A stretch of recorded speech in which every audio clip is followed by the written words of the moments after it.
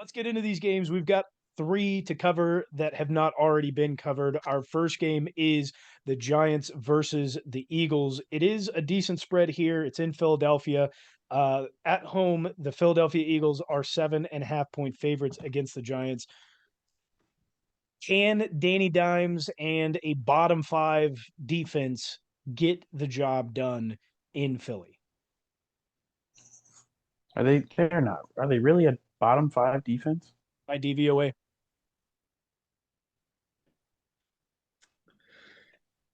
I think they can get it done. I mean, it's going to be a long shot for them, but if you remember the last game of the year, the Giants rested most of their starters. The Eagles did not. That ended up being a pretty close game in the long run without Denny Dimes, without Saquon Barkley. So expect a very, very close game. I am. I'm sold. I'm 100% bought in on those that I've seen breaking down film on the Giants, and they lots of people say that the Giants are well coached. So I think this is going to be an extremely competitive game. I don't think I think the Giants will cover that spread. I think it's going to be closer than 7 points for sure. But the Eagles are, we've said it before, the most stacked team there is out there. If they play well, if they come out ready to play, if they play to their strengths, the Giants aren't going to beat them, but they do have a shot. This is a divisional game.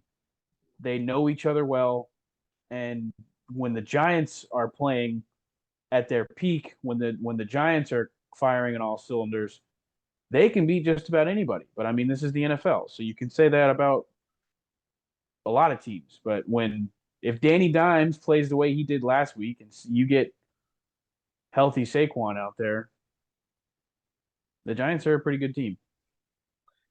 Forget the Eagles have now brought back Dallas Goedert off of injury before the end of the season. He's back now. During their bye week, they were also able to activate C.J. Gardner-Johnson off of the injury reserve list. I believe they were also able to activate the rookie defensive lineman. His name escapes me. The one that they got from Georgia. Jordan Davis. Davis? Jordan Davis off of the IR. So Jordan Davis is back, as well as CJ Gardner Johnson and Dallas Goedert. It seems that they've got a team full and healthy. Is Lane Johnson back yet? Lane Johnson is also back. He's going to play, but we don't know if he's going to be effective. He never he's went dealing on with IR. that. Yeah, I didn't know if he was going to be back to playing. Play. He's going to play. What would it take for the Giants to beat this fully healthy Eagles team? What would they have to do to win this game? Slow it down. Possess the ball, man. Really, really grind out drives.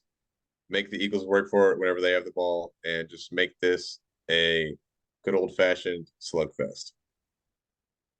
Especially on offense, they're going to have to do what the Eagles usually do best, and control the time of possession.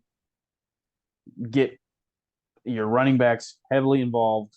Don't run Saquon into the ground. Get other people involved as well. Keep them guessing.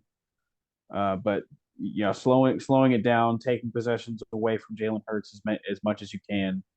That's the formula. New York Giants have one shot to win this game, and it's got to be a perfect game. There's got to be little to no penalties. There have got to be zero turnovers. Honestly, don't even put the ball in Danny Dimes' hand unless he's running it. Like, don't be throwing the ball out there. The DBs for the Eagles are way too good. That defensive line is going to get pressure all day.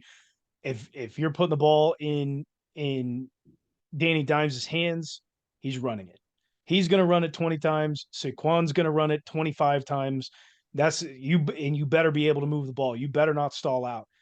Not one time. You better be able to score every single drive, because if you don't and you're putting the ball in the air, it's going the other way. You start putting the ball on the ground, your game's over. You start taking penalties, it's over with.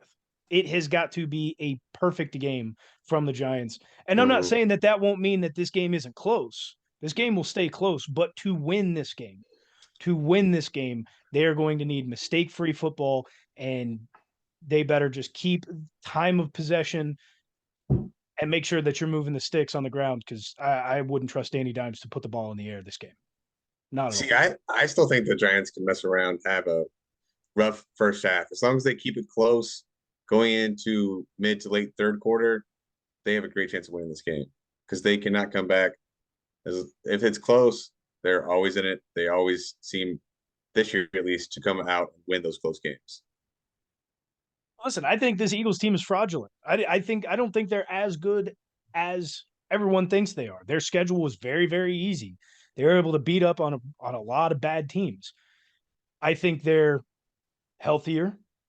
Think they're a little bit stronger, and with a defense that's not bottom 5 DVOA, you've just got to play. The Giants have to play a little bit more standard. You've got to be more mistake free. Even as fraudulent as these Eagles are, that's the only way you're going to be able to pass them with the issues that the Giants are having, not being able to pass the ball so well and having a very bad defense. They had a good pass. I mean, they did well passing the ball last week. Danny It Dimes was looked pretty against the good. 32nd rate defense.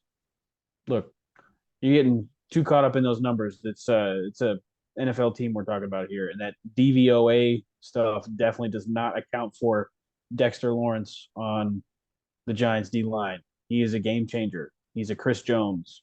He's been playing very well, and that defense definitely has good tape out there this year. They've had good games. They were considered one of the better defenses earlier on in the season, while the Giants came out on their hot streak. So they can play well. And the Eagles, like you said, did have an easy schedule this year, and they had some close games in that easy schedule. I mean, just like we lost to the Colts, the Eagles kept it close with some teams that they should have blown out.